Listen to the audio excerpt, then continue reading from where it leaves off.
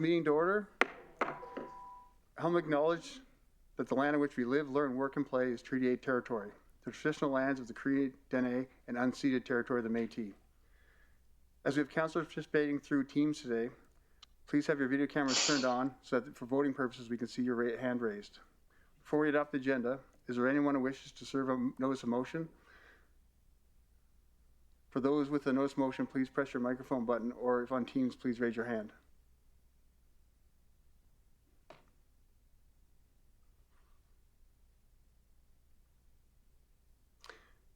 Can we have someone make the motion to adopt the agenda? Councillor Grandison? I move that the agenda be adopted as presented. Can I have someone second the motion? Councillor Benjoko? I second the motion. Thank you. Thank you. Are there any amendments to the agenda?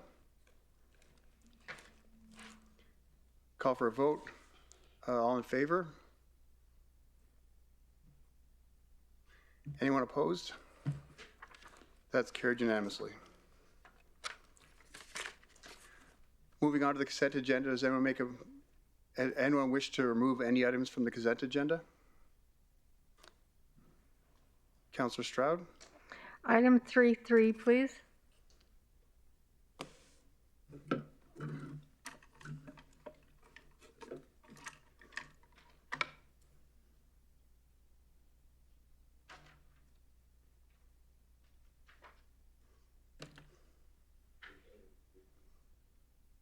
Can I have someone second that motion? Oh, sorry. I'll call for a vote. Can someone move that motion? Councillor Walkman? I second that motion. And a seconder? She's a seconder. Oh, can I have someone move the motion? Okay, no, and thank you. And I'll call for a vote? No. Mayor Bowman, we need someone to actually move the motion. Councillor Stroud made a request to have item 3.3 removed. So if I could get someone to make the motion to approve the recommendations contained in items 3.1 and 3.2, that would be great. Thank you. Thank you, Jade. So can I have someone move that motion?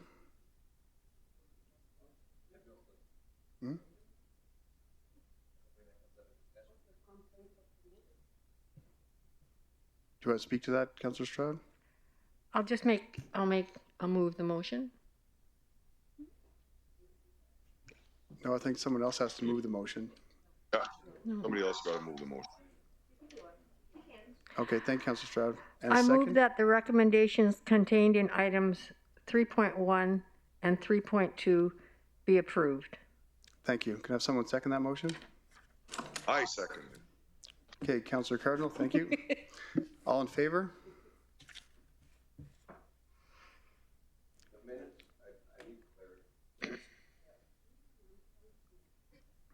Okay, Councillor Grandison? Thank you, Mr. Mayor, through the chair. Just getting clarity, Councillor Stroud, the motion that the minutes from council-appointed advisory board committee meetings as outlined in attachment 1. Oh, so it's just to accept those minutes. Thank you. I have no further questions. Was trying to find it so I understood it. I'm fine.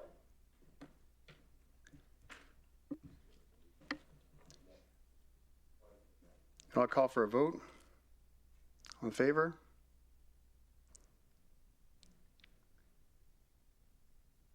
Councillor Cardinal, thank you. And opposed?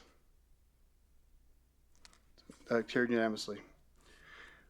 Moving on to unfinished business, we have a bylaw number 22/002, committee's bylaw number 17/024, amendments specific to the establishment of a Wood Buffalo Transportation Advisory Committee being brought back for second and third reading. I'd like to invite Kelly Hansen, Director of Strategic Planning and Program Management, to present this report.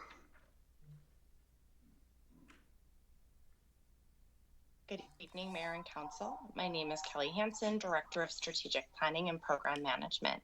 I'm here this evening to present this bylaw for Council's consideration following the motion passed on November 22nd, 2022, directing administration to bring forward a bylaw to create Regional Transportation Committee. Before you this evening, bylaw 22-002 proposes to amend the committee bylaw to create the Wood Buffalo Transportation Advisory Committee. The committee mandate is 1, to make recommendations to council on matters pertaining to the development and operation of regional transportation system. 2, advocate to federal and provincial governments on regional transportation matters that have been endorsed by council. And 3, provide timely and considered responses to council on regional transportation matters referred to the committee by council. The proposed membership of this committee is 11 members, comprised of the following: 4 non-voting members, 1 being the mayor, 2 council members, the chief administrative officer or designated appointee as a non-voting liaison. The 7 voting members would be appointed based on the knowledge and experience in transportation sector and would be comprised of 2 Indigenous representatives, 1 oil sands industry representative, 2 business representatives, and 2 public at large representatives. Thank you for the opportunity to share this information, and I'd be happy to take any questions. Thank you, Kelly. Do you have any questions for her pertaining to that motion?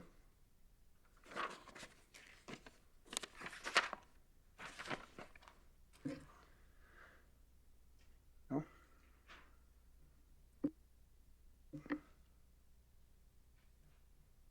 Do you have a question? Councillor Ball? No, I don't have a question.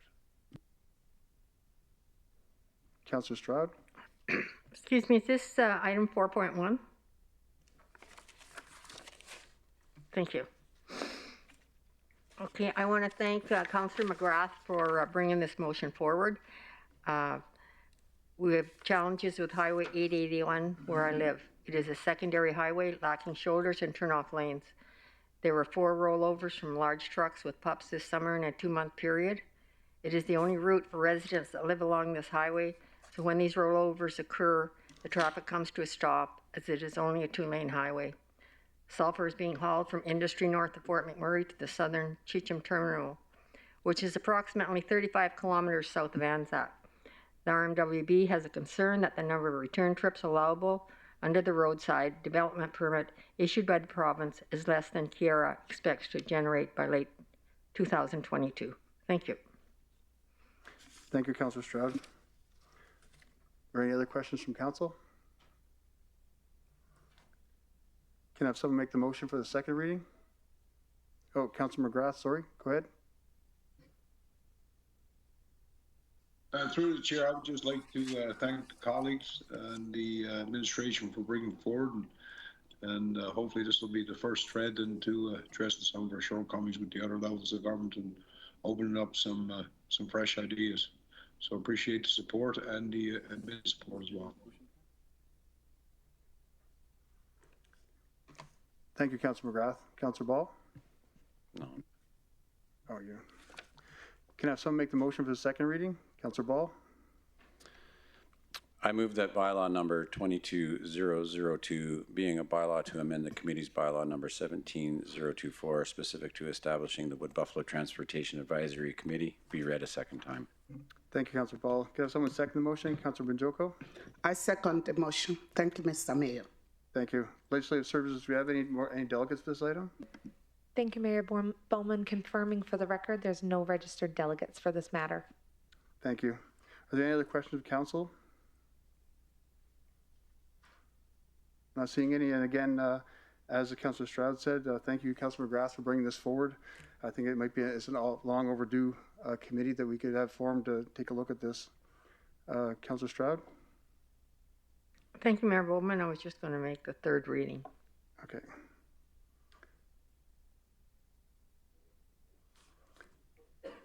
A call for a vote. All in favor?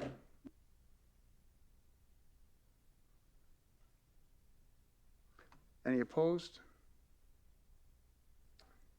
That's carried unanimously. And can someone make a motion for the third reading? Councillor Stroud. Thank you, Mayor Bowman. I move that bylaw number 22/002 be read a third and final time. Thank you. Thank you, Councillor Stroud. Can I have someone second the motion? Councillor Weigel. I second that motion. Thank you. And is there any other questions or from council?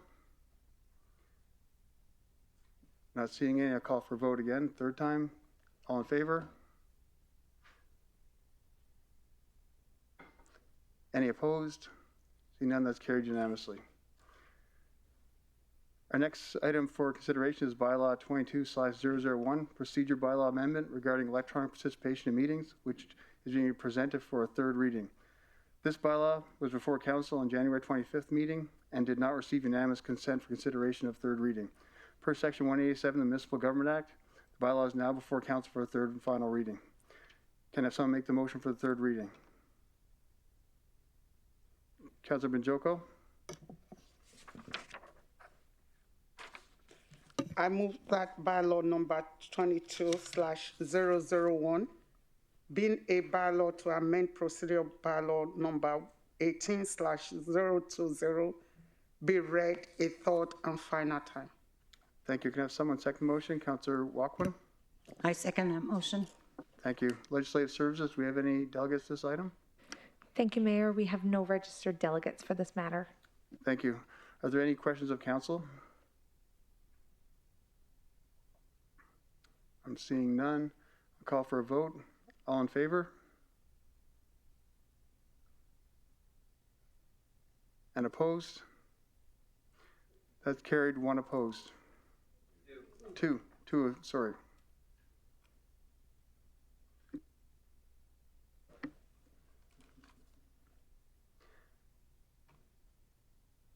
Are there any questions of council?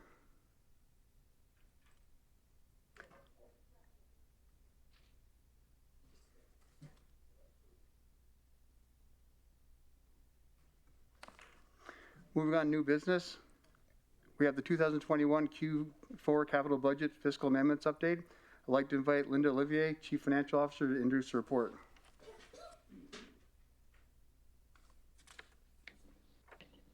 Good evening, Mayor and Council. For the record, my name is Linda Olivier, the Chief Finance Office. This update provides a summary of capital budget amendments implemented by administration within the provisions of the Fiscal Responsibility Policy, FIN 160, for the fourth quarter ending December 31st, 2021. The Fiscal Responsibility Policy allows administration to reallocate capital budget funds provided there are no additions to the project, no cancellations, or changes to scope of the overall project. This allows for efficient administration and project delivery. Since there is no scope change, the nature and type of capital projects are not altered.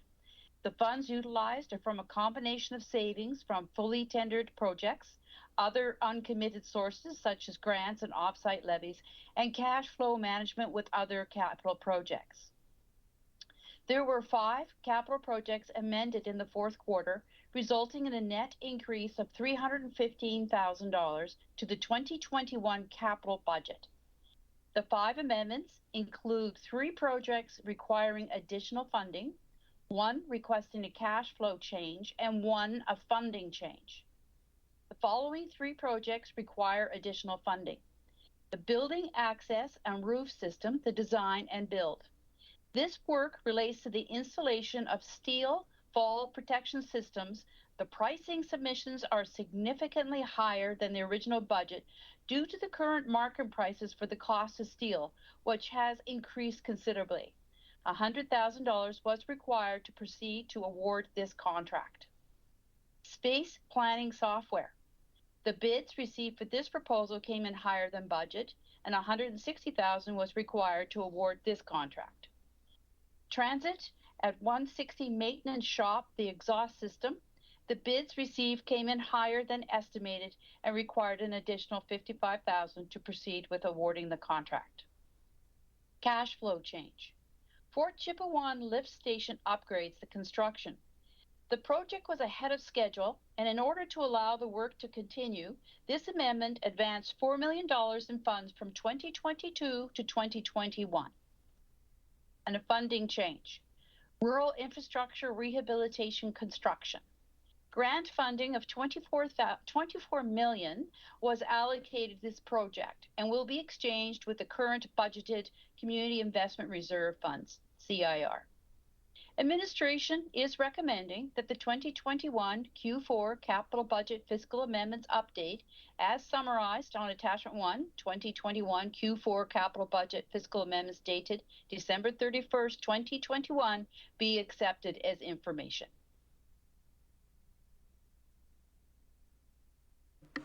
Thank you, Linda. Can I have someone make the motion to receive this updated information? Councilor Grandison? Thank you, Mr. Mayor. I move that the 2021 Q4 capital budget fiscal amendments update as summarized on attachment 1, 2021 capital budget fiscal amendments dated December 31st, 2021 be accepted as information. Thank you, Councilor Grandison. Can I have someone second the motion? Councilor Stroud? Thank you, Mayor Bowman. I second the motion. Thank you. Do you have any delegates for this item? No, Mayor Bowman, we have no delegates. Thank you. Are there any questions of council? Councilor Stroud? Thank you, Mayor Bowman. I just have a comment. It is great to see that the province is contributing $71 million to the rural infrastructure rehabilitation, 2015, 2017. Thank you. Thank you, Councilor Stroud. Do you have any other questions from council? I'll call for a vote. All in favor?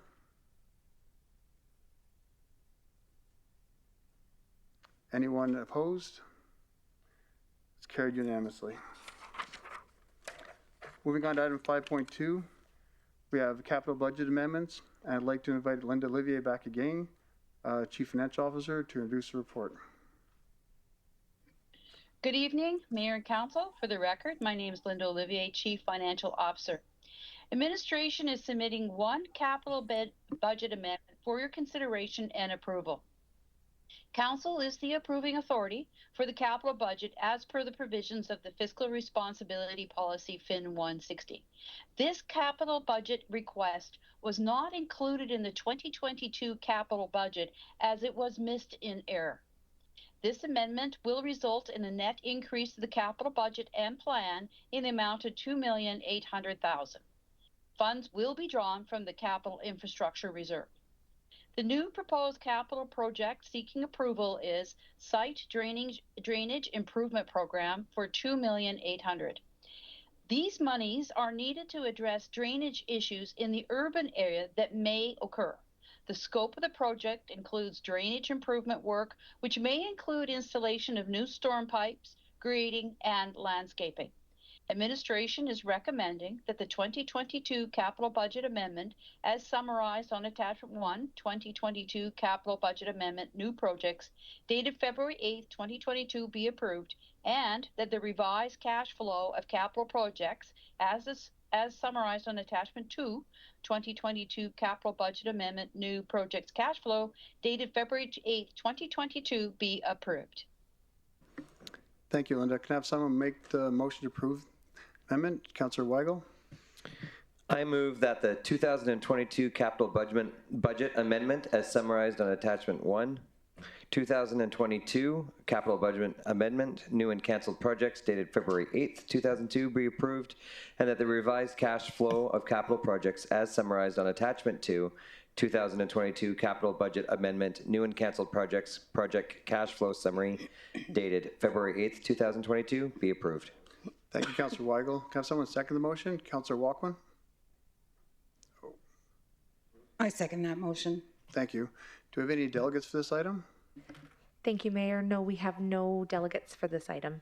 Thank you. Are there any questions of council? Councilor Boussier? Yeah, thank you, Mayor Bowman, through the chair to Linda. Linda, how do we miss something like 2.8 million? And I know it's not your department, but like how does this happen? Through the chair to Councillor Boussier, in this particular case, we were actually doing a final scrub on our capital projects, and this one got inadvertently missed on our capital master listing. So it is a true error. So what would happen if council just didn't approve this? Like, what if we came back and we said, you know what, this shouldn't happen? So what would happen in this particular case with this ask? Through the chair to Councillor Boussier, what would happen is if we did find, and we usually do have some inquiries because of some issues with the drainage, we would come back to council at that particular time seeking money so that we could address those drainage issues. So it would still come back to council at the end of the day. Okay. Do we know where this is? Like, is there more clarity in what the ask is for? Like I read drainage, design and construct, or design and construction of a site drainage improvement program, but is there more information on, is it just, Through the chair, Councillor Bussier, I will ask my colleague Dennis Ward to address that question. like urban area? Thank you, Linda, and through the chair to Councillor Bouchier. For the record, my name is Dennis Ward, Director of Engineering. This is a list of about 21 different areas that we received through pulse inquiries from our residents. And also we amalgamated that with some of the inquiries that were received by Public Works as well. And this is to address drainage improvements with regards to storm pipes and landscaping. Roads are identified in response to, as I said, the inquiries that came in. There's approximately 14 roads. We've done the in-house design, and we're ready to vote a tender for this in Q1 of 2022. And there's also some drainage improvements in various neighborhoods as well that would be addressed with this request. Okay, so through the chair to Dennis, so there's nothing in this agenda where it talks about particular neighborhoods or streets, right? Like I'm not missing anything. It's just an ask for 2.8 with no other real description of the areas in the urban that we're asking money for. Through the chair to Councillor Boucher, yes, we have a list of 21 addresses that are points of reference for these requests. And they're in this agenda package? Through the chair to Councillor Boucher, I didn't see it in the agenda package. Okay. You have my own spreadsheet here. I can give you 21 names of the streets if you wish. No, that's okay. I just didn't know if I was missing something. Thank you, Dennis. Thank you, Councillor Bussier. Councillor Ball? Thank you, Mr. Mayor. Through the chair, this is probably for Dennis. So there's 21 locations. My assumption is you've done the design. I think you said you did it in-house, and it has a valuation of 2.8 million. You're going to tender it this year. Why is it broken into 2 years for payment? If, like, I don't understand why there's $500,000 in the following year. So 2.3 this year and 500,000 next year. Is it more than a one-year project to complete the work? Through the chair to Councillor Ball, we put 500,000 in just to wrap up any final touch-ups, so to speak, especially with our landscaping. Those tend to be issues that kind of get the end of our project, so we put that in there for in anticipation of that happening for 2023. If we do it before then that would be a bonus. Yeah, I guess that's my question, because potentially you could complete the work in 2022, but you would need to access the 500,000 to complete it in 2022 because you wouldn't have it, right? Through the chair, that's correct. We would come back to the process would be to move those funds to the previous year. Okay. Is this typical spring runoff issues? It's a collection of items that have come in complaints with regards to settlement. We may have some, some of our storm systems, for example, given away over time in some of these areas, and others are some issues that we've had with regards to some particular drainage, like alleyways or backyard areas, those kinds of things within that's on municipal property, of course. Right, and this would most likely be municipal property that's draining onto privates. Through the chair to Councillor Ball, that is correct. Okay. All right, thanks.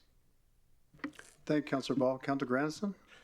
Thank you, Mr. Mayor. Through the chair to Dennis. Just to follow up on Councillor Ball's question, are any of these, we heard about a number of issues of grayling and stuff that were related to the fire of 2016, removing vegetation and thus changing water flow. Do many of these projects relate to that issue?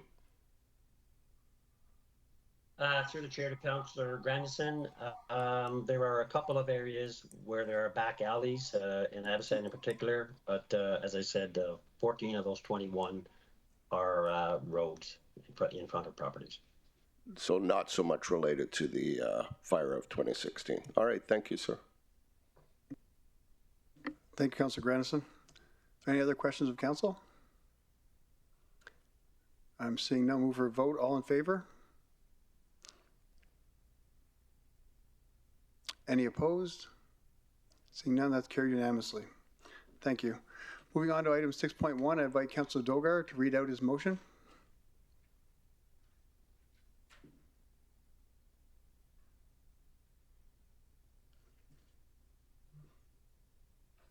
Through the chair, thank you very much for giving me an opportunity. First of all, I'm sorry what all I happened on Friday on my part. I apologize.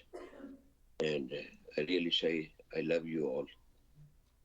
Now about the agenda, about the budget, everybody put his best. Sorry, Councillor Dogar, this is to read your motion for item 6.1, to read your motion. Yes, I agree. My papers are misplaced. Please postpone me to the next. In the last. Let me set my papers, please. Okay, thank you.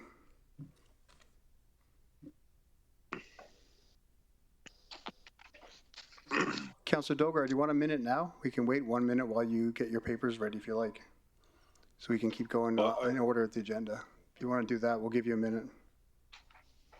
Well, I'm okay with I'm okay with giving him not much time as he needs for moving on next. We can just keep going. Whenever he's ready to bring a motion forward, let him do that.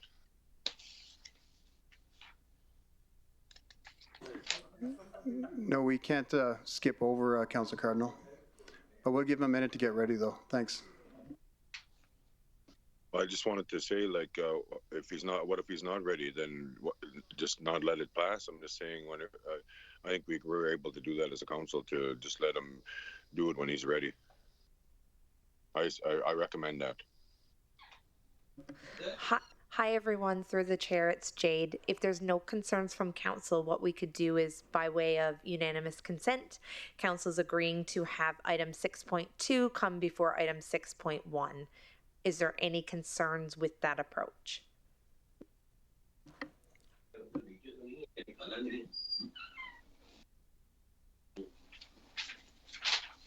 Okay, we'll move on to 6.2.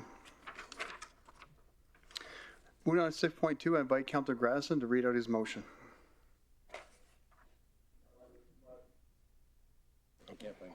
I was finding his. Now I got to find mine. Thank you. Oh, it's written here. I was looking through there. Thank you, Mr. Mayor. I move that its administration be directed to bring forward a bylaw to create a community investment program committee with 1/4 of its members appointed from the social profit sector to review the community investment program in its entirety and provide recommendations to council on improvements and increased efficiencies and create synergies. B, elimination of duplicative services, including those services provided by the municipality. And C, establish a criteria beyond the funding application that includes outcomes and measurements, and that a creation of the committee to review all future funding applications with the exception of facility funding requests and make recommendations to council to ensure that the residents and taxpayers of the region receive the best value from the grant funding available. Thank you, Councillor Grandison. Can someone second the motion? Councillor Bussier? I second the motion. Thank you. Councillor Grandison, would you like to speak to that motion? Thank you, Mr. Mayor. So I'm going to suggest to all of my colleagues that I think we saw a system that was not working as effectively, I believe, that we hope that it can, and I want to ensure that we are given the best value to our residents moving forward with this motion.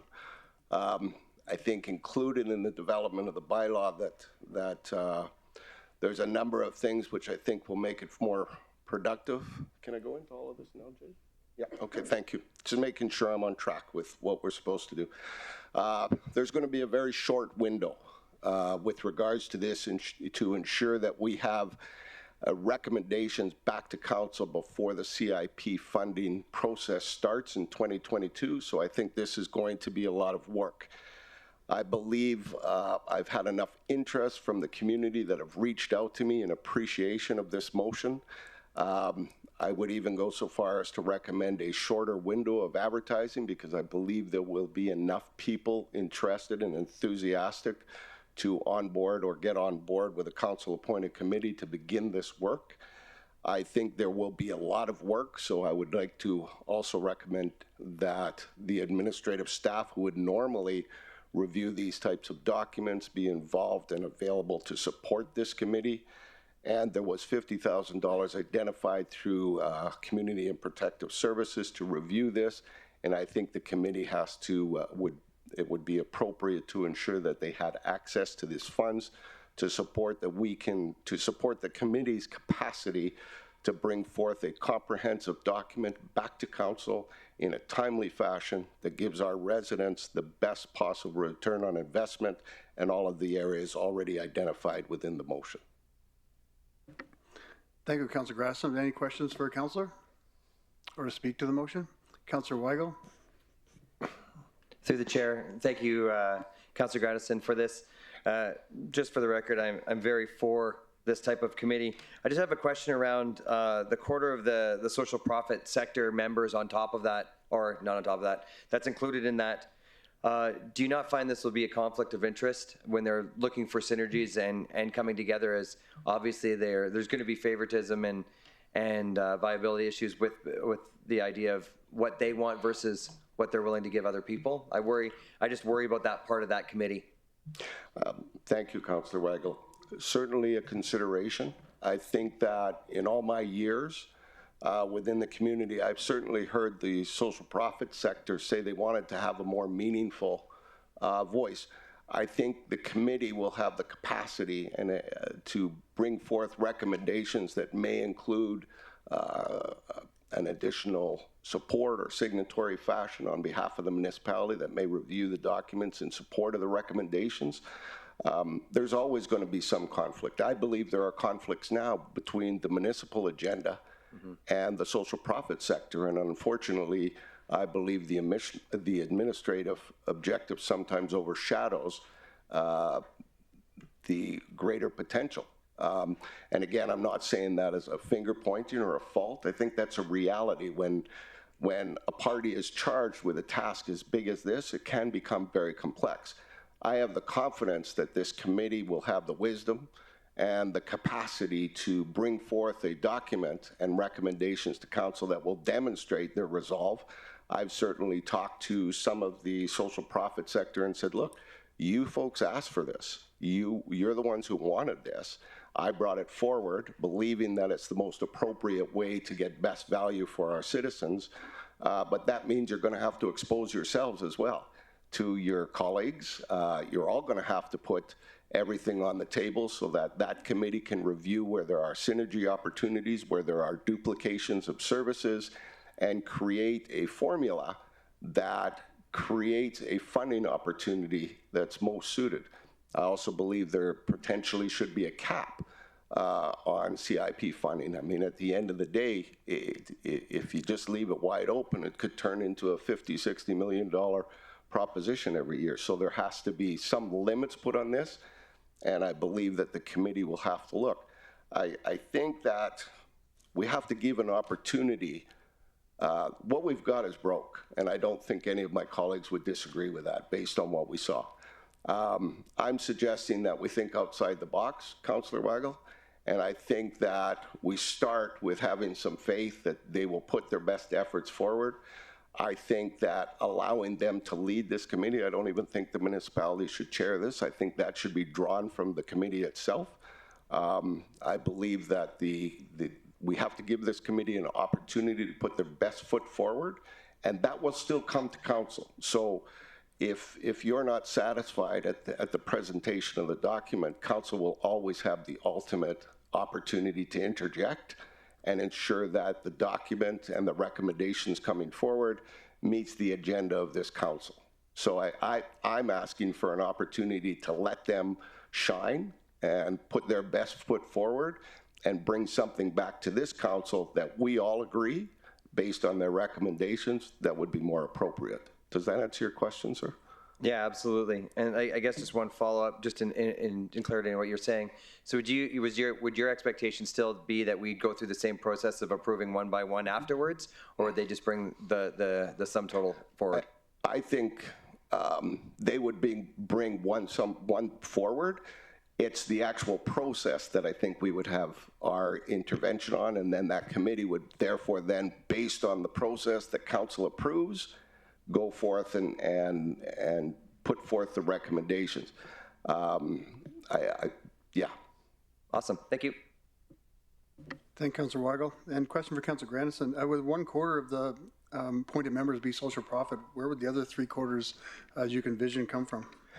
My vision, and I'm certainly going to look for recommendations from council, but I believe that there are a number of industry members that contribute to the social profit sector. And so I would like to see industry members involved. And I think there are enough citizens in the community that have a vested interest in ensuring that we as a council spend their tax dollars in the most appropriate and effective ways. So I see industry, community members. I think the administration or the municipality has to be involved, just not necessarily lead the committee. And I would also like to see the administration have a consistency involvement, not one different person every meeting, but somebody who is invested in the process and brings the skill set. The administration has done a tremendous job with limited tools, and I don't want to dismiss their hard work. I think they need to be involved, and I think they bring an expertise, and they need to be involved as well. So we have the social profit, the municipality through its administration, community at large, and industry. I think we could form a very strong committee with a skill set that could bring back something to this council that I think we would all be satisfied with. Thank you, Councillor Grandison. Councillor Stroud. Thank you, Mayor Bowman, and through to Councillor Grandison. I'm just trying to get some clarity on what Councillor Weigel said. It's going to come back to council as a process. What was meant by that? This committee is going to, in my envision, and of course this is just my vision, the committee itself will take the reins, Councillor Stroud, but the process as it exists right now is not working as effectively as what council hopes and what the community has told me as well. So it's not just our own council and administration, it's also what the community said. Whatever process they develop has to come back to council for approval before applications. And there's a short window. So I think in order for this committee to deliver a product, it's going to take a lot of work. And I've certainly stated that to the committee themselves, that there's going to be a lot of work. And I mean, this committee may meet weekly in order to produce a product fast enough to address CIP funding for this current fiscal year. But whatever they produce, we have to present back to council, because ultimately it's a council policy. It's not the committee policy. It may be administered or governed through the committee, but council still has to ultimately approve it. So what do you mean by a social profit organization? I'm just trying to get some clarity around this, because you got profit organizations and you got non-profit organizations, and are they lumped together? Maybe I should be asking administration.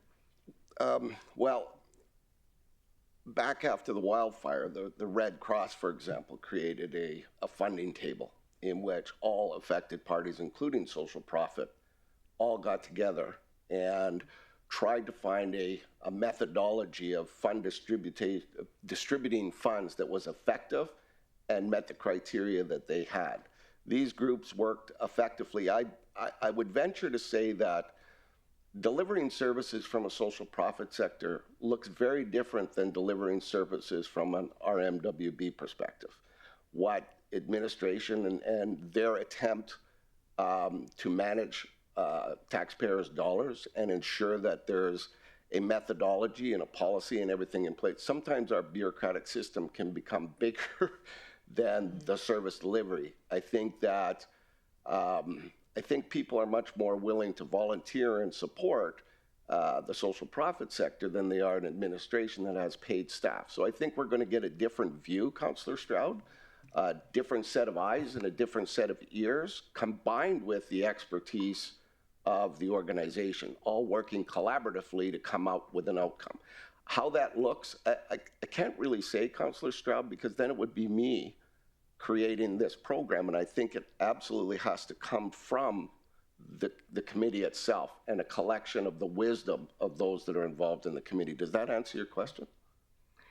Well, I think I'll address it to administration, because a profit organization and a nonprofit organization have two different mandates. Maybe the municipality lumps them all together, but a nonprofit is definitely different than a profitable organization. So, which is why I use the word social profit, not nonprofit or for-profit. Well, in fairness, I did look it up. So I just want to know if they've combined them all together. So maybe I can address this to administration. Through the chair to Councillor Stroud, it's Jamie. I'll defer that question to Deanne Berge, Director of Community and Protective Services. Thank you. Through the chair to Councillor Stroud. So the grant program that we currently have, it gives funds to the social profit sector, which is a nonprofit organization. Okay, so that clarifies it then. It's nonprofit. Because I know that in the rural, they're all nonprofit organizations. So the other question, will the organizations in the rural have an opportunity to be on this group? Absolutely, and perhaps that can be put right into the bylaw. I'd appreciate that. Councillor Grandison?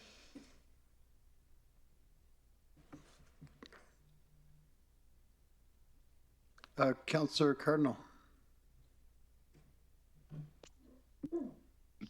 Thanks, Alan, Mr. Grandison, for bringing this up, and to the chair, to Councillor Grandison. I guess the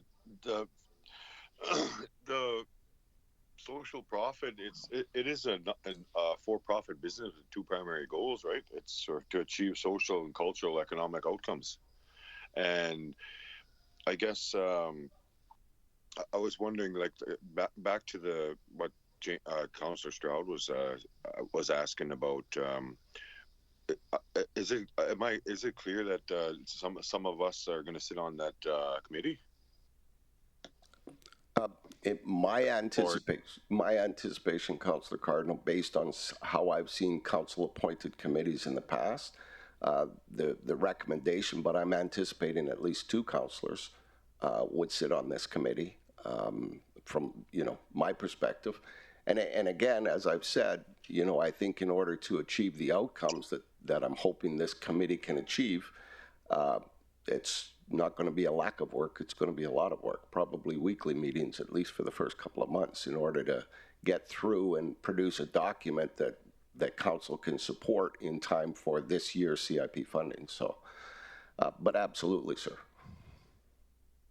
I guess do we have a timeline that we need to have this done by, or is it going to be possibly done to the best of our ability with the timeline needed, or is it going to be? Is it going to be a setback, or are we going to have to continue with just our council at this time for the CIP funding? What do you think? Well, we already have a process in place that if we don't get any work done, we would rely back on again. So the community fills out the application, etc.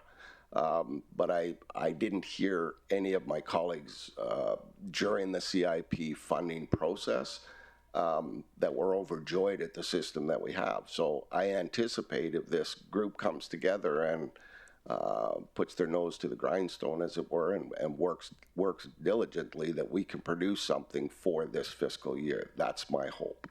I could be completely out to lunch, but I'd rather walk in optimistically than not. Okay, and then I guess that in selection of the committee members, I guess it would go the same as any other committee members and have everybody put their names forth and go from there. Correct. How they're going to go? Correct, sir. It would come back to council for a committee appointment, same as all council committees. I'm anticipating that would be the correct procedure, sir. So we as a councillor, people in the community would put their names forward. It would come to council. Council would make the decisions on the appointment for the committee, and then it would go from there.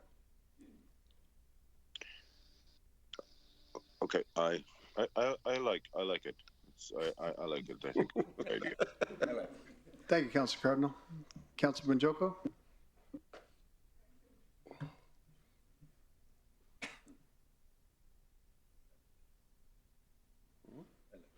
Thank you, Mayor Bowman, and I like it too.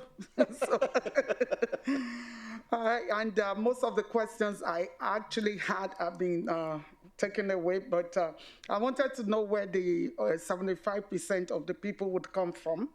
And I had here written down the council, the community, public at large, and people with interest, and of course, administration.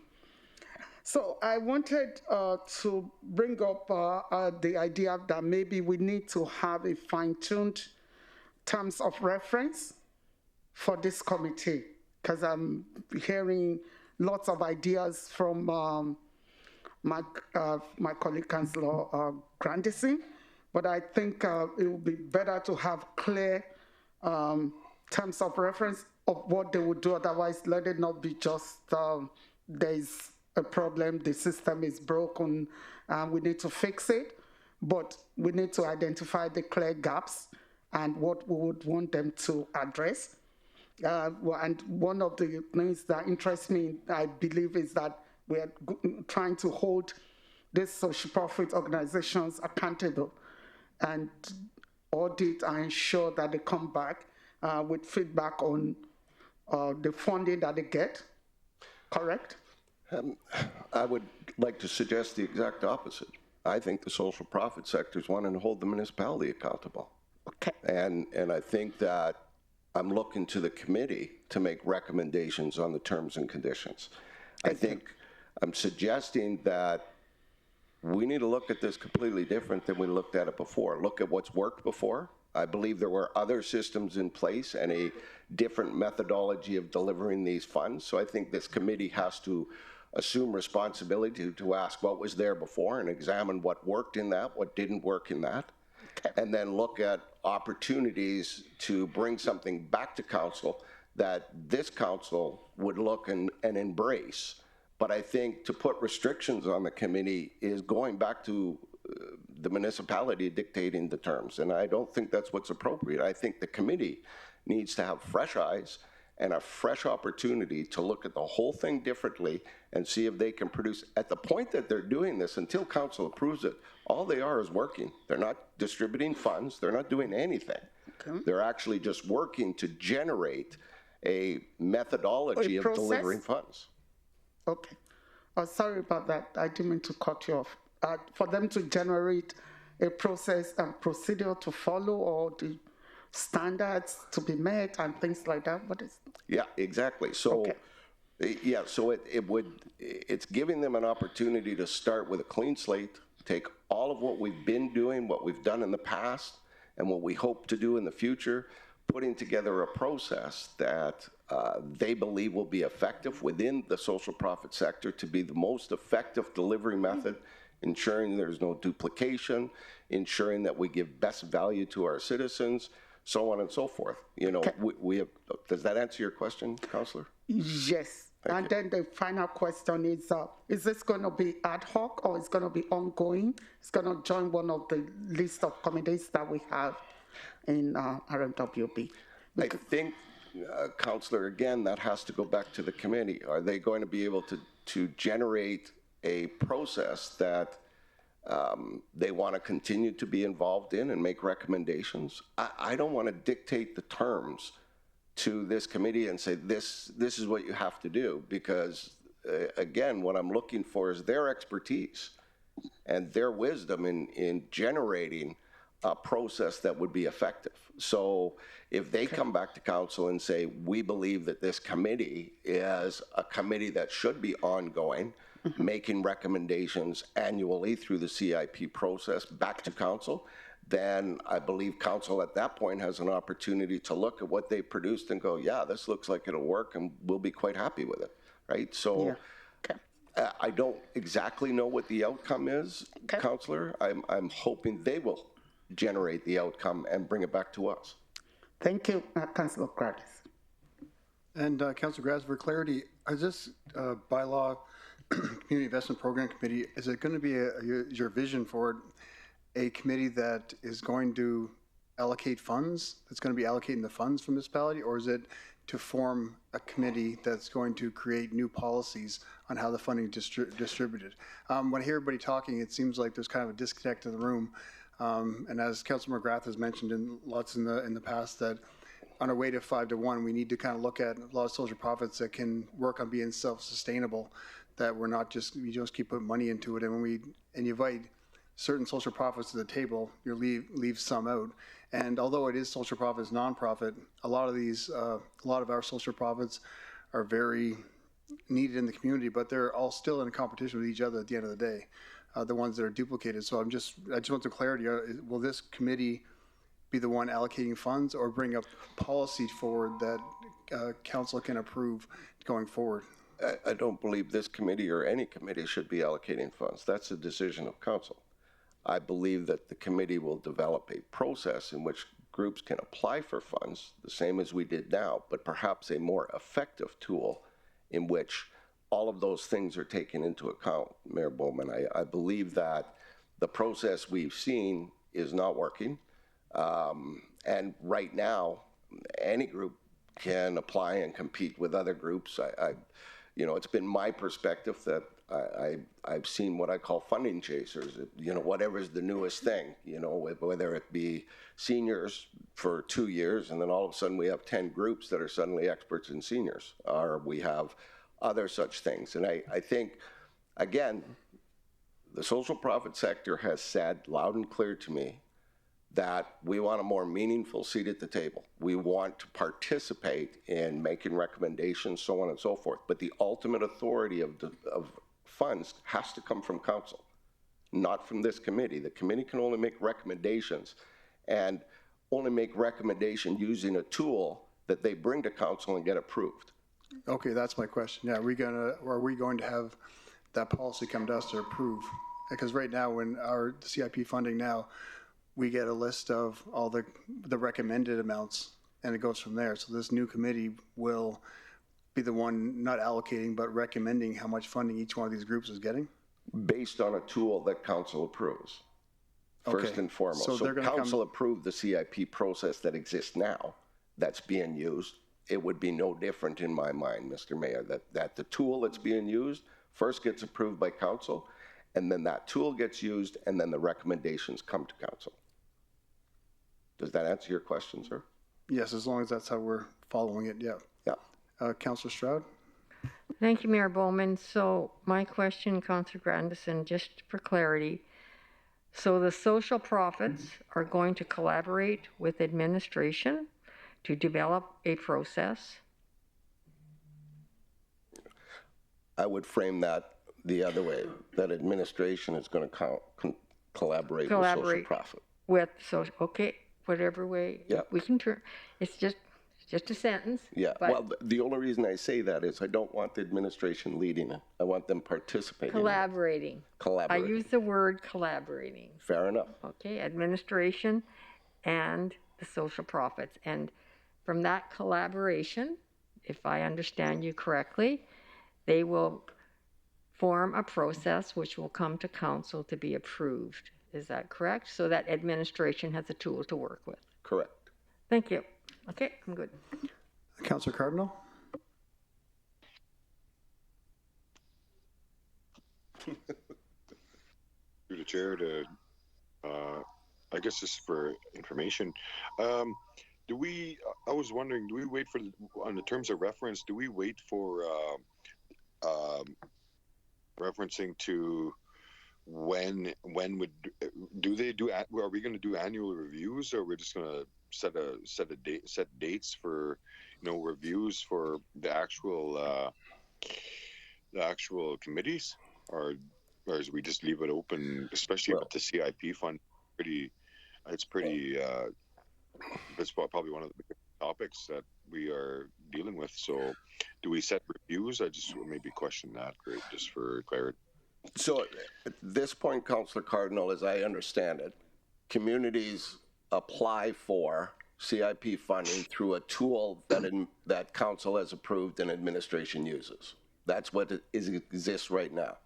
So we're looking at this committee have an opportunity to reinvent that tool, bring it back to council, and make recommendations. If part of the recommendations include that this committee remains in place and participates in the CIP funding process in years going forward, that would be part of the recommendations they would bring back to council and council would approve. In terms of the committee, they get appointed yearly, as all of the council approved committees. Is that not correct? They get approved. So they get approved every year, Councillor. So all council appointed committees get approved by this council every single year. So that process would still go, or maybe some of them are bi-yearly. They're appointed every year. So that process would remain. So council would still have their influence on these council appointed committees and their terms of reference. So from this point, if approved tonight, and again, please, Jade, correct me if I'm wrong, administration will take all of the information we put forward and the recommendations. They will create a bylaw, which will come back to council for approval, and everything within that bylaw will come back to council for approval. Once it's approved, the committee will be recruited and structured and begin the task at hand, which I think is going to be a very onerous and large task, but I believe they'll be up for the challenge. Does that answer your question, sir? Yeah, well, in a way it does and it doesn't, because I'm just saying, like, reviews for the council members, no, the committee members themselves, you know, when do we actually believe that if we don't approve something that the committee is not up to par to what they're doing? Or I guess another awareness would be, you know, if we're gonna, with the CIP funding, if we're gonna open up another committee for the CIP funding, that's gonna possibly open up in a lot of other places that they'd want other people that would feel obligated, and it's fair for them to open up to start other committees on other areas, right? So I just figured, like, you know what I mean? So I'm not quite sure how to answer that. As you could see, Councillor McGrath created a committee recently because he believed there was a value and a need for it to the benefit of the system, of the citizens. I've done the same thing with the recommendation of this committee. Council approves the committees based on motions or recommendations that are made by councillors. So I think that's an ongoing process. I think in the past we've had different committees that were no longer needed, that were disbanded, or we had committees that were perhaps not effective that were disbanded, and we have committees that are working effectively that council's happy with, that council continues to support. I think that's an annual process, Councillor, and again, would that be correct, Jade? If I could have Jade speak to the process that will be involved in this, and it might answer a lot of the questions that are being asked by council. Thank you so much. And as Councillor Grandison said through the chair, from a process perspective, this, should council pass the motion presented by Councillor Grandison this evening, much of the same process will apply as just what council passed with respect to the Transportation Advisory Committee. We'll take it away. We'll develop a bylaw with the terms of reference for the committee. We'll bring it back for council's consideration to pass, which includes membership, what sectors it represents, what the mandate is, and I understand the mandate to be pretty clear at this point, which would be to review the program in total and bring forward the recommendations as outlined by Councillor Grandison. Should council pass the bylaw to create the committee, we'll do a quick recruitment. We'll bring back all of those applications to council for review in a closed session, followed by which council will make their appointments publicly, and then the committee gets to work to review the CIP process in total and bring back recommendations to council. And those recommendations could be anything.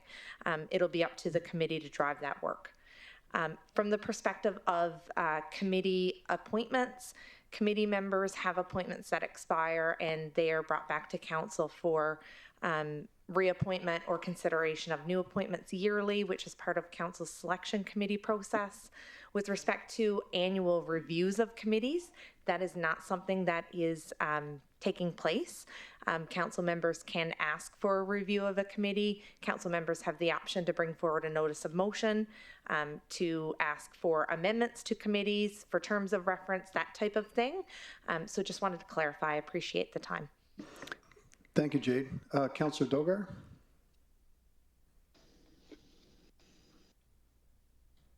Yes, sir. I'm ready with my motion if you permit me to speak. We'll do it once we finish 6.2. I'll come back to you and I'll call for you, sir. Thank you. Thank you. Councillor Cardinal, you have another question? Yes, may I suggest, so the process is the same for any other committee, like, so, you know, everybody that's going to apply for this committee, the CIP committee, you know, they're going to be people that specialize in working on this kind of stuff. I'm probably right to say, right?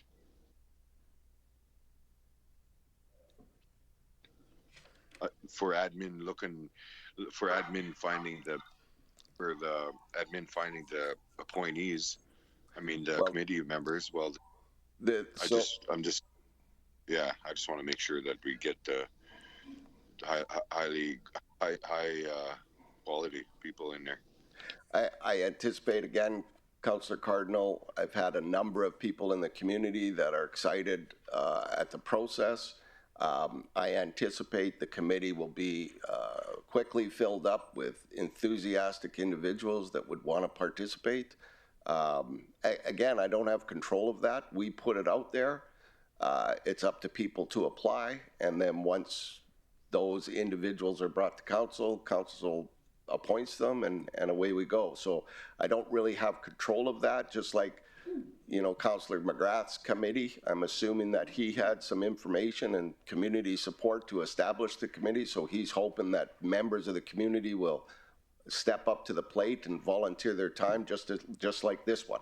But, I mean, we can't go out and recruit them. I can't put them in a headlock, but I think when we create the opportunity, then it's up to the community to step forward and be willing to do the work. We'll leave the headlock into the mayor. Thank you, sir. Councillor Weigel? Thank you, Mr. Mayor. Just, I guess, one more, I don't know, a point of clarity here, and God knows that we need a new CIP process. I agree. I guess my hardest part that I'm having with is with the social profit sector in there, and then section D there, where it reviews all the application funding. So basically, I guess the way I see it is that we would have somebody, let's say somebody from the executive director of SOS is on this committee. They would be overlooking both their funding as well as the funding of something like Waypoints that might be looking at a similar situation. I can't see how that won't be biased and in conflict of interest. And so I don't know if you're willing to make a friendly amendment to that, but I agree we need a new process. I don't know if I can go with it with that in there.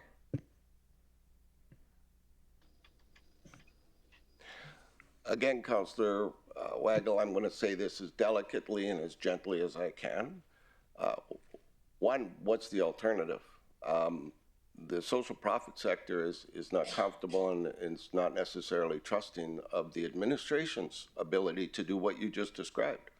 So what do we do? They said they wanted to do it, and they know they have to do it, and they know they have to put themselves out there, and they're going to bring forward a plan.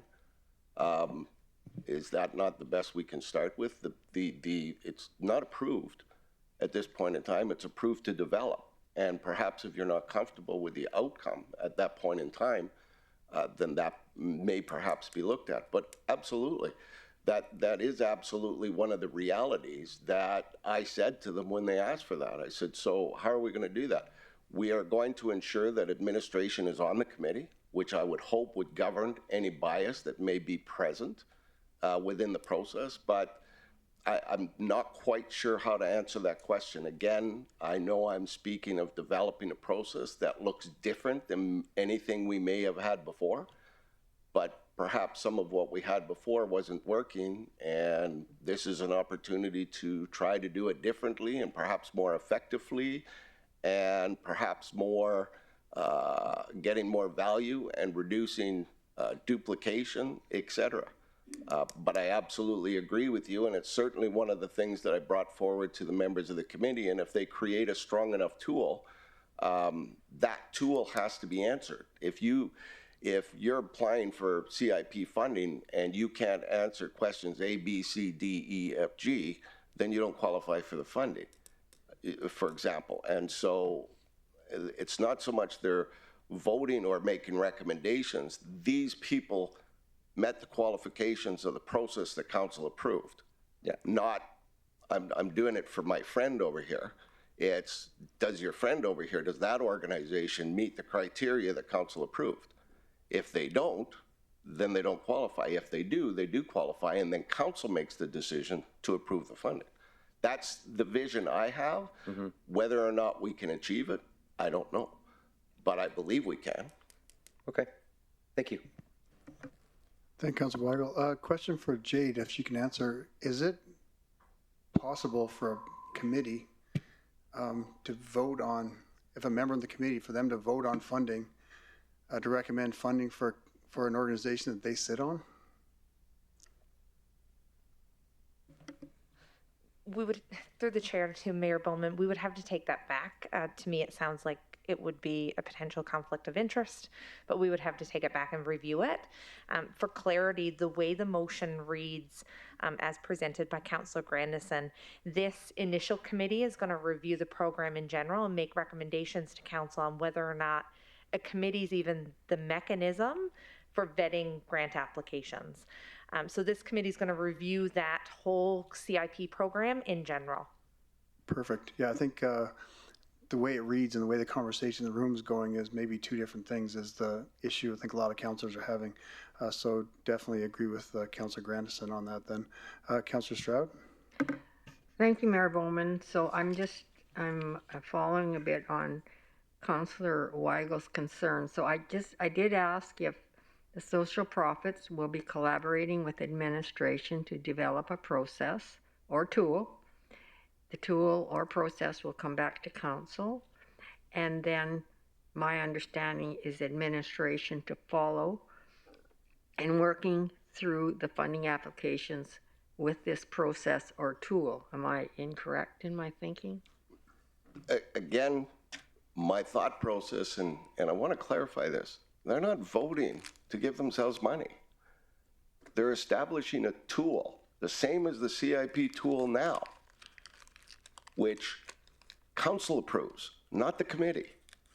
They're establishing a tool that is perhaps more effective than the tool we have right now. But this committee isn't going to be saying, oh, social profit A should get $120,000. It's a tool that social profit A fills out. But perhaps it's more of an effective tool, and the tool that they develop addresses the concerns that both I heard from council and from the social profit sector. I'm not quite sure how to explain it other than that. They're not voting to get themselves money. They're establishing a tool which will be used. And the recommendations that come from administration right now, if it's an unbiased system, then those recommendations are based on the tool that's currently in use. So I don't see it as being any different. The committee establishes the tool, you review, the community at large and the people who are applying for the grant use the tool, those come back to council, council then ultimately makes the decision. So they're not voting on whether they're getting money. They're establishing a tool, the tool gets used, the tool establishes the recommendations on who gets money, and that's approved by council. That's how I see it, and I could be wrong, but that's essentially how I'm seeing this committee work. So in my mind, it's answering all those questions, and unless I'm missing something, which is quite possible. It's not like I haven't missed things before, but essentially, again, very recently, I don't think anybody here will disagree that the CIP process as it exists right now is not working effectively.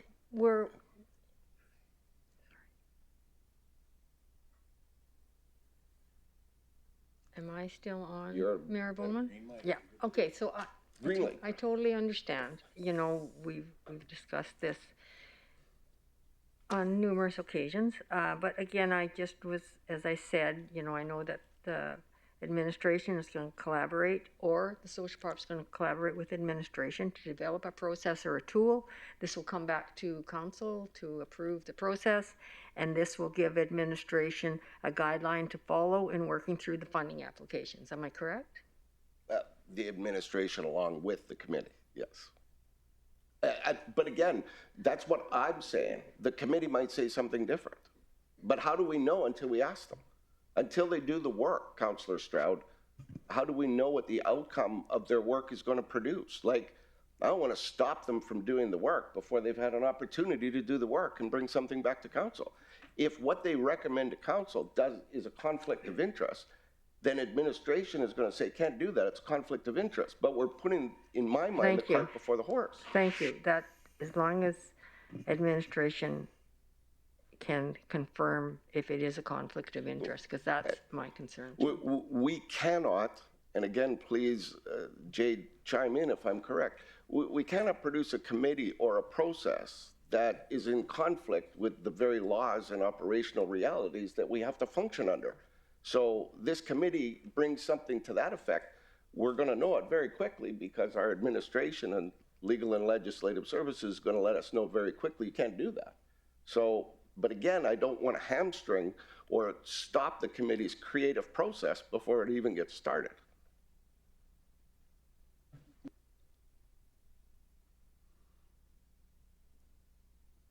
Councillor Banjoko? Thank you, Mayor Bowman. I don't want to overkill this subject. I just want to clarify. So they're going to be developing the criteria to qualify for X type of funding or something like that. Is that correct? That's correct, Councillor Banjoko. It'll be a collective group of individuals, which include municipality, I'm hoping industry, community members at large, somebody from rural and the social profit sector will examine the CIP funding process as it exists now, the historical methodology of delivery, create with all of the information a tool that can be used for a more effective delivery of the social CIP funding. Okay, I guess the area where I still have, I mean, just like Councillor Wago said, I think it's the area of having the social profit organization represented on the table, but well, I don't know the value they'll be bringing. You can't know that until they bring it. Okay. Right? Like at the end of the day, we're not the experts, they are. And so you want every type of social profit organization to be represented because we have will approve a broad. I don't know what because that we have a broad sector of different. I mean, some are education support, some are different ones. All council-appointed committees come back to council. So you will be deciding, this group will be deciding who forms the committee, not me, not them, this council will. Okay, and when you said you spoke to them, who are the them that you spoke with? Well, Council Banjoko, that's like me asking who all the people you talked to when you were running for election.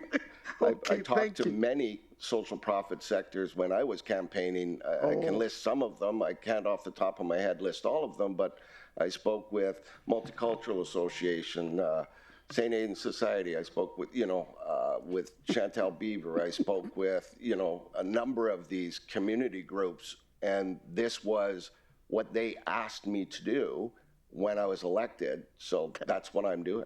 Okay, thank you. I thought maybe it's a recent development. Thanks, I'm good with that. Councillor Dogar?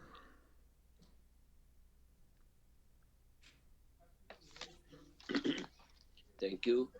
Through the chair, should I move the motion, sir? No, sorry, sir. I'll get, just turn your light off and I'll get back to you. We're just still working on Councillor Gradison's motion. Thank you. Okay. Do you have any other questions of council? Okay, well, do we have any delegates for the item? Thank you, Mayor Bowman. We have no delegates for this matter. Thank you. I'll call for a vote. All in favor?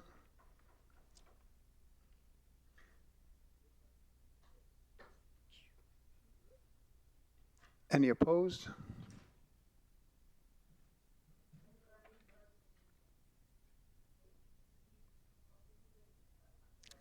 Sorry, Councillor McGrath and Councillor Cardinal, Councillor Dogar, are you for?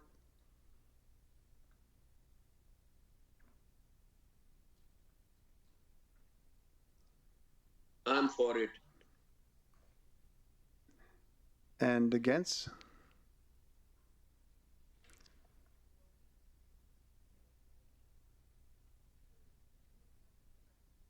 Councillor McGrath, can you clarify? If you're for the motion or against?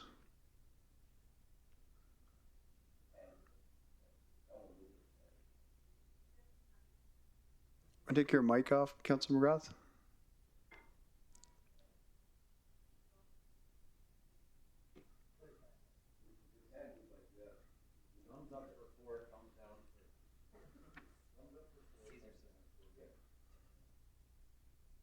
Ace 4.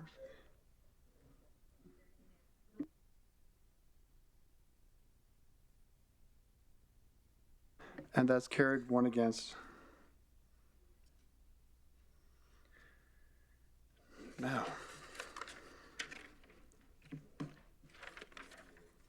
moving back to item 6.1, invite Councillor Dogar to read out his motion.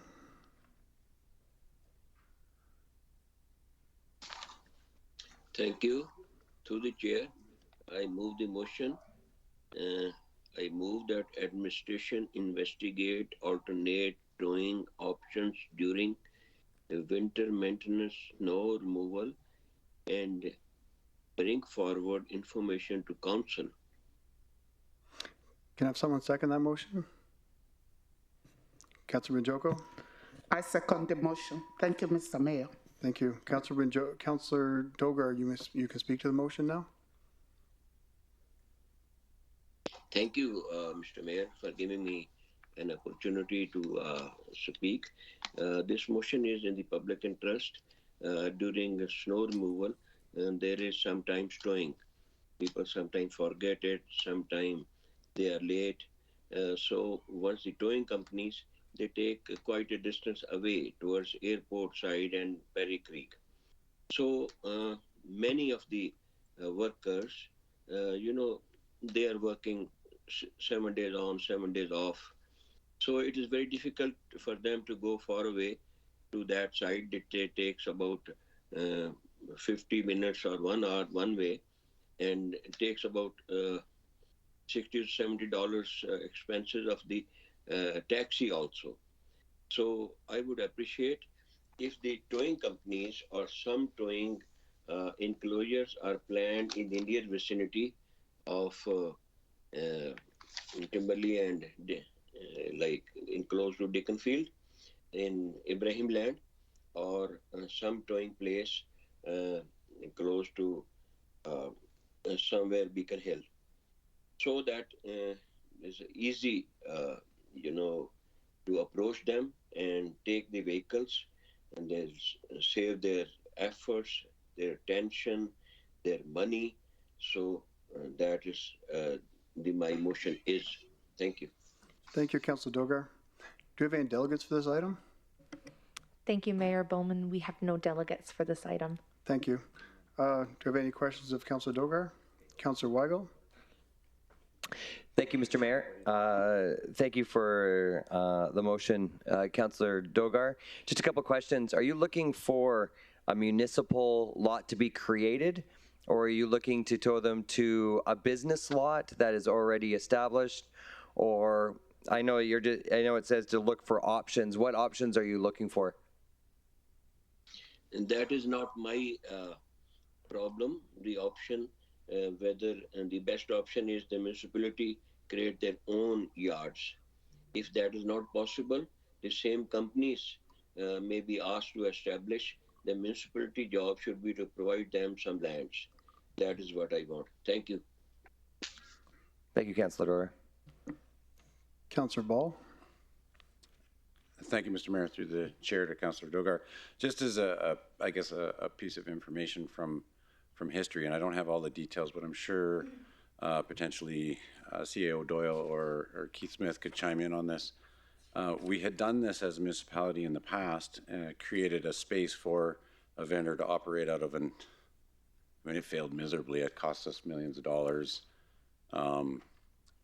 Putting in the infrastructure to have a site, making sure that it's secure. There's all kinds of things. Once a towing company takes possession of your vehicle, they have a responsibility for it.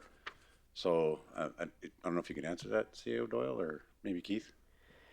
Through the chair to Councillor Ball, thank you for the point, and you are right. We did try it before, and it was an incredibly difficult program. We did have it down there, as you mentioned, by the water plant. I'll get Keith to speak to the details of it, but it is very costly. Even to do it again would be very costly. We did have some concerns about the site that was the former tow yard, if I can use that, and the optics of it were quite bad. It was right on the waterfront, and there was some concerns about leakage. But Keith, perhaps you can speak to a bit more detail of the pros and cons of when we did it last time. Thank you. Through the chair to Councillor Ball, you're exactly right. We did attempt this back in 2015. We had to prepare the lot. We fenced it, all the infrastructure relating to it, the cost, and we actually at that point in time had to enter into an agreement with the toll company. It was not successful. A lot of times there could be different issues with the tow yard. It just didn't work. And the liability at the end of the day would rest with the municipality. Any type of contamination, as you can appreciate. So there is no official tow yard north of the bridge that's owned by any tow company. If that was the direction, then we would have to first of all either find our own land. We would have to either rent land. We would have to look at earthworks. We would have to pave it, put in lighting, put in buildings, because these sites need to be secure. Administrative buildings. There's a whole slew of issues that range from this type of undertaking. So, our experience in the past, it does not work. All right. Thank you for that. And I guess there was a suggestion of potentially Abrams land, and yes, there's space available, but the land isn't ready for this type of facility to be put on it, and we'd have to basically start from scratch and pay for all of the infrastructure to potentially have a tenant to move in and operate it, correct? Through the chair to Councillor Ball, you're absolutely correct, and I'm not sure if the zoning in Abrams would allow this. A tow yard is very much industrial, and this is a residential area. And you got to remember that if we do use any property that we own, there's a cost associated to it, plus the potential contamination that may disrupt future uses of that property. Right. Ballpark figure, you think? Got a number on the top of your head, what it would cost to do? Through the chair to Councillor Ball, we would typically, I think it would be around an acre. It truly depends on the amount of compliance with residents with removing their vehicle, also the amount of snowfall. Like I said, depends on if we have to gravel, pave it, fencing, electricity, buildings, washrooms, a slew of items. My thought would be north of 500,000 for sure to prep something for this, if not more. That's just a rough estimate. I think that's considerably low, but all right, thank you. Councilor Manjoko. Thank you, Mr. Mayor. I see some merit in this motion because it's extremely difficult to travel miles to recover the vehicles. I've also gone through that in the past, and I actually gave up with one car when my daughter was in town, and I couldn't keep up with the towing and the fees and all that. The only, given the cost estimate that we've just been given, I would ask if administration could look into discussing with the existing towing companies and seeing if they can establish something uptown, the Timberlake Code, even downtown area. I don't know if it's a possibility, if they own it themselves and operate it. But the challenge there is that I think the current arrangement is suitable for them. It doesn't cause them any pain. But I don't know if you could be able to ask if the possibility of having something closer to where most people live, because the one I know of is up in Gregoire. Through the chair to Councillor Banjoko, thanks for the question. Keith have to provide some detail, but I don't believe there's a tow yard owned by anyone north of the bridge. It's exactly why we ended up building the one by the water treatment plant, the fenced-in one by the bridge, because there was nothing available. And of course, we'd have to enter into a contract with a towing company. So I have to defer to Keith. They were looking into the available sites, and I don't think there's anything that's currently zoned or appropriately built for a tow yard. Keith? Through the chair to the CAO, you're absolutely correct. All tow yards are located in the industrial parks south of town. There's nothing north. And again, there's nothing set up to accommodate this. We have to keep in mind that the success of this program is truly that the residents move their vehicles. That's the win-win. Towing is truly a last resort, and in that resort, no one wins. So the focus can't be necessarily on the towing. That's an absolute last resort. Thank you, Keith. Jane? Thank you, Mayor Bowman. And through to Keith, you probably maybe addressed this already, but what is our process right now? Through the chair to Councillor Stroud, do you mean with regards to towing? Yes, like, if somebody's parked where they shouldn't be and you need to clean the snow. Through the chair to Councillor Stroud, if it's in the active subzone, the vehicles does absolutely get ticketed, and if they're not moved, they get towed. As of right now, it would be a ticket cost plus a towing charge, or once they receive the vehicle. But I really want to stress that, compliance with the program means moving the vehicles, and if the vehicles are not moved and they need to be towed, it drastically slows down the process. And in most cases, we end up 30 to 40% of completing our. And even if the garbage containers are left out there, it causes a situation also. Mr. Smith? Through the chair to Councillor Stroud, what we try to do typically is alternate days with garbage removal. So typically a subzone won't be active on days that garbage are picked up. Okay, that's good to hear. Thank you. Councillor Gradison? Thank you, Mr. Mayor. Through the chair. So I understand that back when the program was first established, we did try and move vehicles to streets where it wasn't plowed, and I guess there's a number of complications. Any time a vehicle is hooked up to a tow truck, there's a liability. There's always a liability when we move or interfere with somebody's personal property. And when it moved, this is my first question, and when they were moved, that caused problems because people wouldn't pick them up and couldn't find their cars and so on and so forth. Is that an accurate statement of my understanding? Through the chair to Councillor Grandison. This practice stopped in 2015, which was we took on the responsibility to tow around the corner. Towing funded by the municipality is just not fiscally responsible.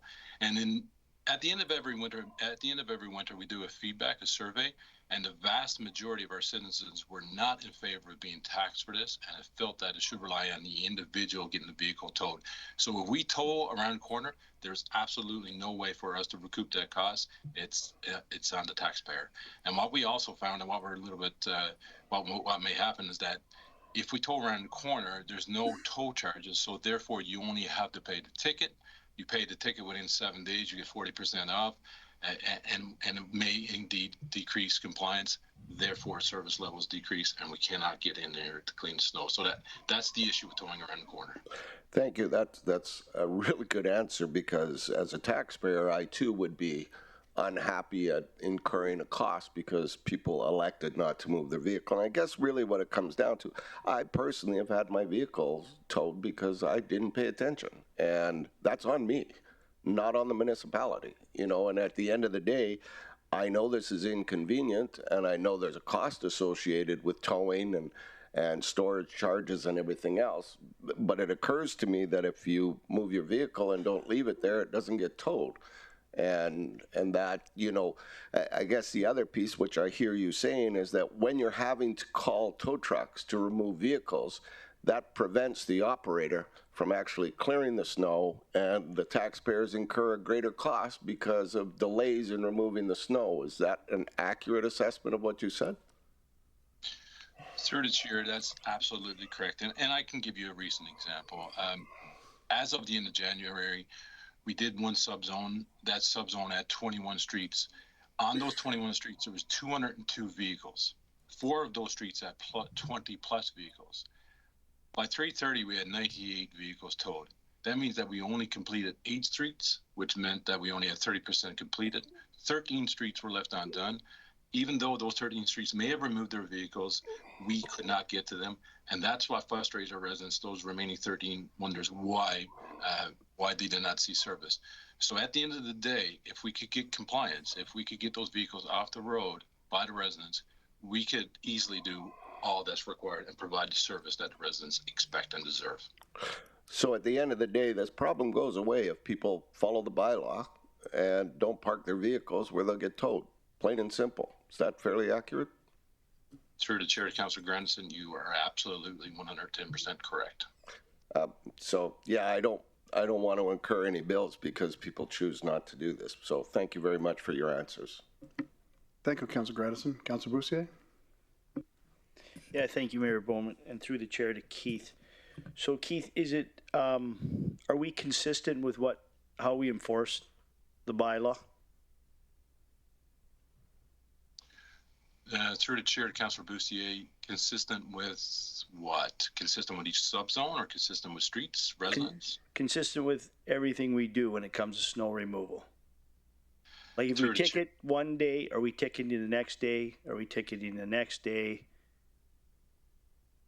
Through the chair to Councillor Bussier, absolutely. Okay. So right now the process is what then, Mr. Smith? Through the chair Alberta to Councillor. Drive. Yeah, let's just use Alberta Drive, for instance, downtown street. If you guys have snow removal on a Monday or Tuesday, there's cars parked there. What would we do in that situation? Through the chair to Councillor Bussier, I can't recall if Alberta Drive is in a winter maintenance zone. Let's assume that it is. If it's active, it will be ticketed. And it gets towed. So once all vehicles are towed, it depends on what's happening that day. If it's just plowing or if it's just removal, then that activity will occur. But absolutely, there will be consistency. Okay. As long as we're consistent, I guess that's the big issue, because for the last couple of years, that used to be the complaint, that we weren't consistent. We'd either tow around or plow around vehicles. Some days we'd ticket them, and then other days we'd ticket them and tow them. And it just didn't seem to be any consistency with our bylaws. So if you're telling me it's consistent, then I appreciate that. Thanks. Thank you, Councillor Bussier. Councillor Banjoko? Thank you, Mayor Bowman. My question is also in terms of consistency around when the street cleaning for a street is on Thursday and you don't come for the street cleaning and the cars are towed away. What is the policy or rationale behind that? Through the chair to Councillor Banjoko, I would have to look into that specific incident. As I spoke earlier to Councillor Grandinson, is that it's ticketed, it's towing, our equipment is in place. If the streets are bogged down and we cannot get to that street in time, then that's truly what slows down the system. So again, it depends on specific situations. In these situations, if it was active and all vehicles were removed, removed, we would absolutely, every street would see service. And to get back to Councillor Boussier's point, is that it truly depends on when there's instances where we do plow around vehicles, but that's on the primaries and secondaries and some tertiaries. They are not included in the winter maintenance zones. The winter maintenance zones are the residential. And as you can appreciate, when you're driving down these residential streets, there's not enough room, barely, if both sides are being parked on, there's barely enough room for a pickup to go down, along with a piece of equipment. So you will see primaries and secondaries sometimes being plowed around, but those streets are wider. We cannot do that in winter maintenance zones. So, thank you, Kit. So my question is, if my street, for instance, the cleaning day is Thursdays, so is it, I believe that the message is that we should remove cars every Thursday, regardless of whether you're gonna clean the snow or not. Is that correct? Or because I think there's a timetable or something, a schedule that shows when you are coming and when you are not. And if, for instance, it's supposed to be on Thursday and you don't show up to clean. Sorry, Councillor Bajoko, yes. Not to cut you off, but I think the motion is to when the vehicle's towed, where it's going to be going. So I think where the motion is where the vehicle's towing. So I think they're already towing the vehicle. Okay. At that time. Okay, thank you. If that makes sense. That's okay. I could follow up with him later. Perfect. Yes. Thank you, George. Can I call for a vote? All in favor?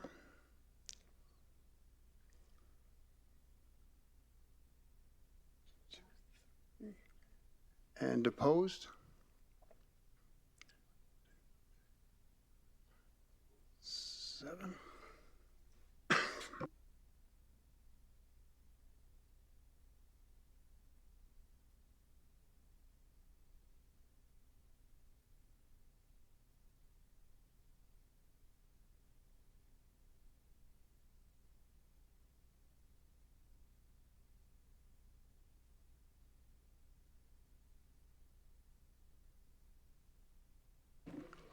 Thank you. That motion's been defeated with 3 in favor. Council will now, item 3.3, Council appointed an advisory board committee meetings which was requested by Councillor Stroud to be pulled from the consent agenda. Councillor Stroud, you can go ahead with your questions. Mayor Bowman, so I just want to ask a question in reference to the Wood Buffalo Waterfront Advisory Committee under cultural infrastructure.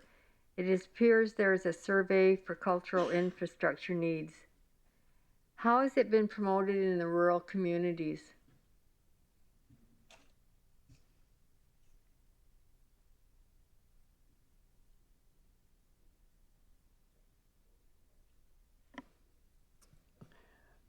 Through the chair to Councillor Stroud, thank you for the question. I believe Brad McMurdo's on the call. I think he's part of this committee. Perhaps he can speak to it, or Deanne Berge, or maybe Kelly Hansen. Thank you. Okay.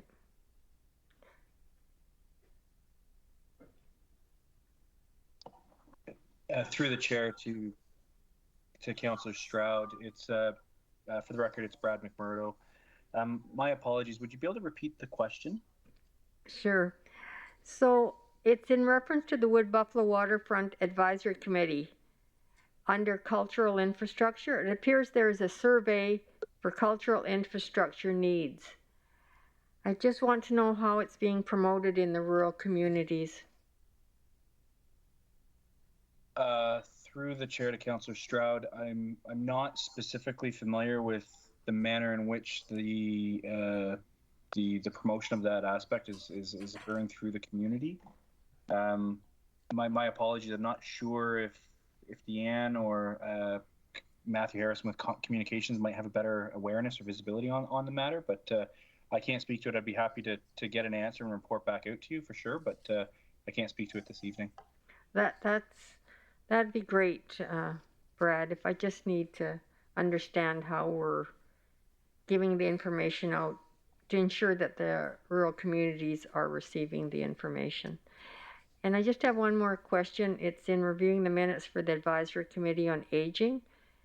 There appears to be concerns with the current Snow Angel program.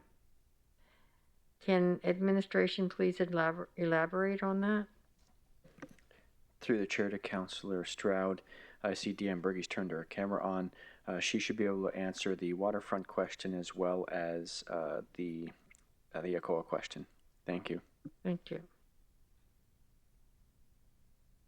Thank you. Through the chair to Councillor Stroud. I'll start with the Snow Angels. What was your question? Was there's a concern with it? Yeah, I was reading the minutes and I was just wondering what the concerns were. Yeah, through the chair to Councillor Stroud, the concerns this year is the low volunteer base that we have. So there's quite a few homes that are being picked up by the municipality.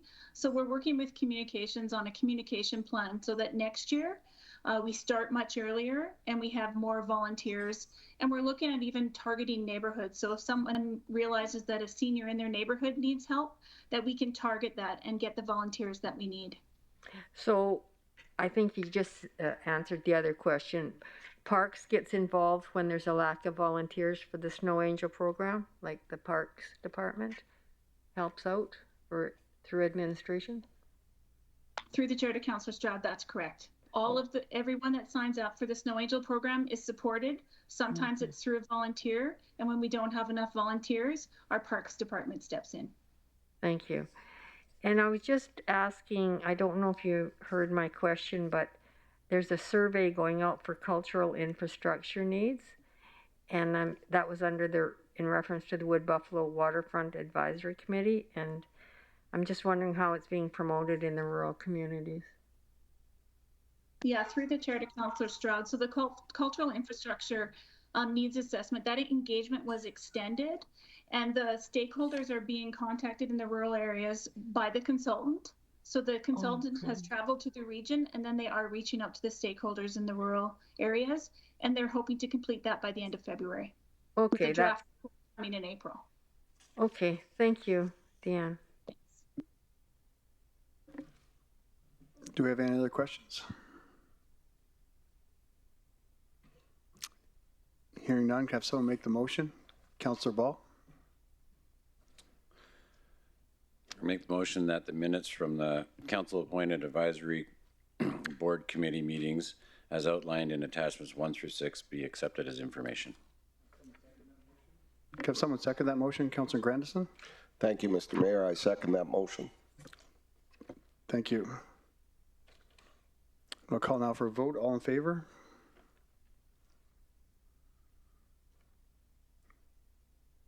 Anyone opposed? Seeing none, that's carried unanimously. Thank you.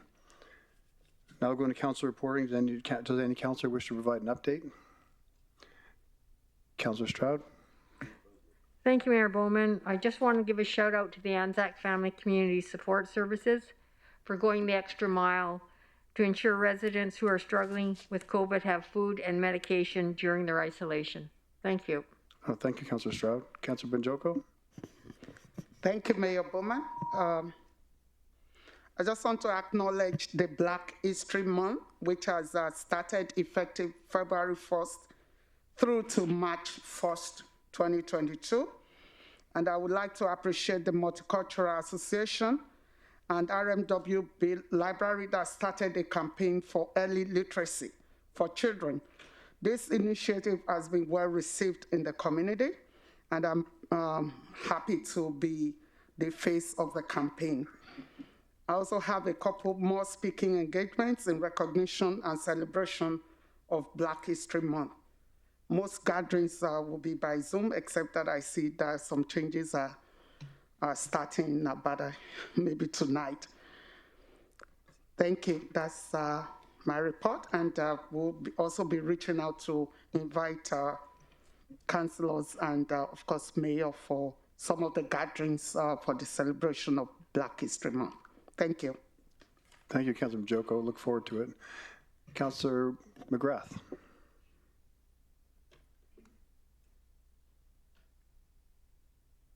I think you're on mute, Councilor McGrath.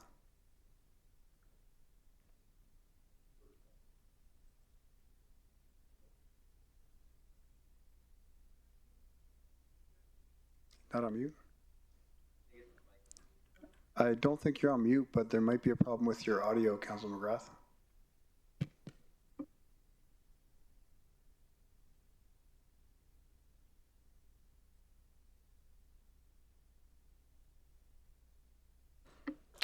Thank you, sir. If you get it fixed there. Councilor Grandison? Thank you, Mr. Mayor. I just wanted to take one more opportunity. I've said this earlier during the budget deliberations and stuff, and despite any challenges and such, I want to give a shout out to the administration and the hard work in putting the budget together, and for council's efforts in reviewing a very comprehensive and big document, which I know was a lot of work for a lot of people. I don't think the public always understands just how much work some of my council colleagues put into reviewing that document and doing our best to ask questions on their behalf. But I just wanted to once again take this opportunity to thank all those that were involved. I think it was a big task, and I think we got through it, and hopefully next year we can have a more effective and productive process with our own influence. So thank you. Thank you, Councilor Grandison. Councilor Weigel? Thank you, Mr. Mayor. I want to first give a huge shout out to the lifting of the restrictions today, and for businesses out there and in the restaurant world, that is massively exciting. So I know we are celebrating. Again, I want to just say thank you. I think that, again, administration takes its brunts when it comes, but I want to give a couple shout outs. I know environmental services and definitely the maintenance department. We had an issue out in Sapri Creek, and I got many emails coming back on how fast it got completed and fixed at the sump pump out there. And so I just want to say a huge thank you to that, and as well to legislative services for all the help through the financial budgeting, as this was my first. They made it, I guess, as easy as it could have been. So thank you. Thank you, Councilor Weigel. This concludes our public portion of the meeting. Thank you to everyone that tuned in. We'll be taking now a 10-minute recess. Oh, sorry, Councilor Cardinal, your light's on there. Go ahead.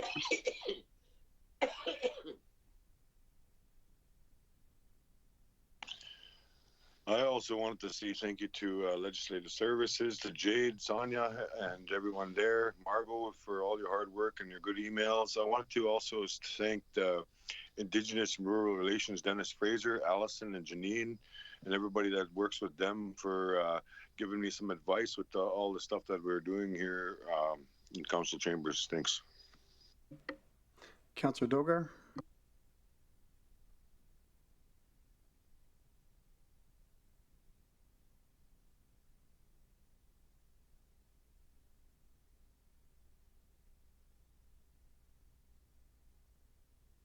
I believe you're on mute, Councilor Dogar.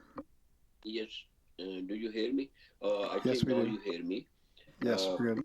With your permission, if I'm allowed to give a motion, intend to put it next time.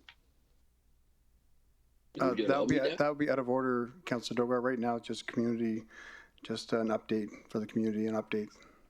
Okay, thank you. Thank you. So again, this concludes our public portion of tonight's meeting. We'll take a 10-minute break and then reconvene in camera.